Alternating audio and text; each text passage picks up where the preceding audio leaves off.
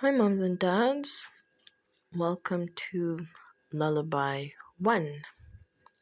So, this is the first in a series of, I would say, a collection of personal stories of my exciting adventures as a lecturer. So, I've been lecturing for a while now, and over the years, I have had some interesting interactions with students, and I think some of the tales are worthy. You can take the series as ear candy or something to just keep you company as you stay awake with your baby. So, my little baby, let's call him Baby Q, is sleeping now, and I try to sometimes tell him my stories, and it helps him get to sleep and calm him down. I would like to think that to some extent it would be helpful to some other parents out there. So here we go. The first story is called My Name Ain't Jane.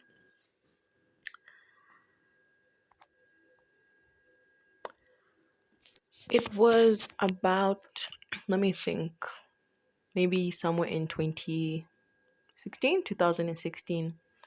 And this was my first session. Okay, so for those of you who probably are wondering how long I've been lecturing, that's actually when I started officially. And my first group of students really gave me a great lesson about being a people pleaser. So I had zero experience with teaching or lecturing formally. I'd done some mentoring before, and I had worked as a tutor at uni, but actually taking the reins and managing a room full of young adults was something entirely different, because with the mentoring program that I did, you were given a schedule to work with and certain topics to discuss. You were given something more of an orientation, but with lecturing, there's really nothing to that effect. And I only did my lecturing training later on, about I think 2 years or a year later. So I was fresh meat and I was at the mercy of my students. So my first group were third years, and they, you know how third years at a private university, so that's why I actually work. Third years at a private university, or maybe even at a public university, they think they've arrived or almost arrived. So they give you quite a bit of something. And when I say something, I mean they want to challenge a lot of what you're saying, especially if, like me, you show up and you look like them and you sound like them and you dress like them, because that's really how it was for me. I just came out of school. I didn't really have a lot of experience, but I knew I wanted to get into a field that gave back to the community. And that is a story for another day. So I was a newbie and I had been having these sessions for a while. But because I was very inexperienced, I didn't have the practical experience, the industrial experience that was required at the time. I had a lot of issues during my sessions. So they had questions for me, and sometimes I was able to respond in a satisfactory manner, and a lot of the times I was just flushed and overwhelmed. I did try to, I did give my best effort a lot of the time, but sometimes I was just drowning and they gave me a heck of a time. So this was my first group of students. It's quite memorable. I can remember a lot of their faces, not every single name, but definitely some names stick out, and I have had the pleasure of meeting some of them since they have graduated and left. So I've had a lot of personal growth and professional growth from that time, but right now we're still in 2016. So now the baptism of fire is a situation where you really feel the brunt and nobody's going to save you. So that's really how it was for me. And I had to decide, how can I get these kids to like me? And I call them kids because that's how I saw them, that's how I viewed them. As far as I'm concerned, even now, my students, even the older ones, the ones that are doing part time studies or studying remotely, the older adults, they're my kids in inverted commas. So now, how can I get the kids to like me? What can I do? Because I was really having a tough time with them. And then I decided, okay, I need to have something that will make me stick out. I'm the youngish lecturer.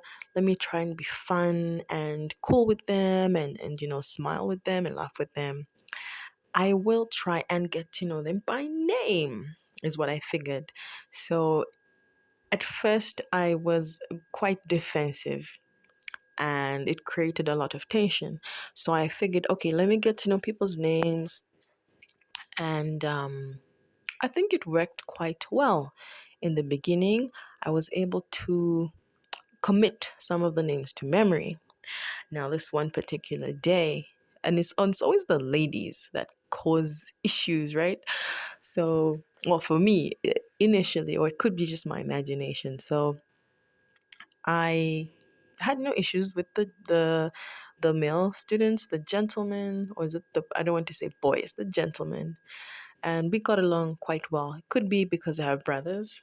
Now with the ladies were quite feisty, and I don't think they liked me too much. Maybe I was too harsh on them. But coming from my school days, the girls were always on top. So when I would throw a question, the gents would always be quick to respond and quick to participate. But I found that with the ladies, they were more reserved. And so I think I could be a bit harsh with them. So probably they didn't like me for that reason, or I was not popular with them for that reason. Now, since I'm trying to warm up to them and kiss their butts, I'm trying to learn their names. Some of the students, we get a little bit friendly and they would come to see me in the office and we would get to chat when the lectures are done. Now, we are having one session and there's these two girls that I've gotten to know pretty well uh, at a classroom level. So we, throw some questions and sometimes they would participate. Now, this one girl, her name started with J, and there was another girl in the room, and her name started with J as well. So her name was Jane, and the other girl was Janet. And so this girl, Janet, she is participating and she's talking, and then I say something to the effect. I say something like, "Oh, thank you so much for your participation, Jane." And she goes like, "My name's not Jane, it's Janet." And she says it with such, I mean, it was so confrontational, and it's just really not part of me to, I didn't see it coming. I had no idea what to do. So here's a student that has confronted me head on with the fact that I have gotten her name wrong. So I tried to brush it off, but it is extremely awkward because even though I'm thinking this is a poker face and nobody can see what I'm feeling, the eyes are the windows to the soul. And I was completely flabbergasted. I was so embarrassed and humiliated. And bouncing back from that moment was so weird and embarrassing and extremely awkward. Janet, if you are listening to this audio, this is how far I've carried it with me. So it's not even really a big deal now. I have seen her since she graduated and she's actually working now.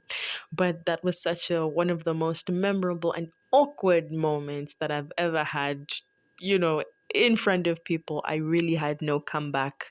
I think I did some awkward, "Oh, sorry about that, Janet. I thought you were Jane," or, I tried to bounce, but it was horrible. It was so weird. And so now, as a personal rule, I never, ever, ever, ever go out of my way to commit a student's name to memory.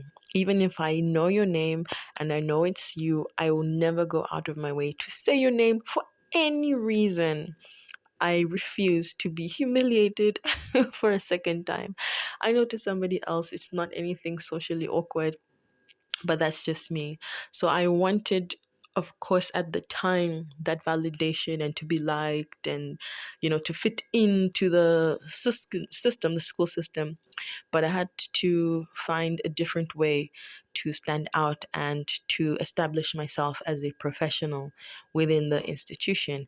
And these days, I do have some characteristics that make me stand out from the crowd, and people are able to say, oh, that, lecturer who's like this and like that. And it's definitely not the lecturer that calls people by name. That's not me. And I do have a lecturer friend who's like that.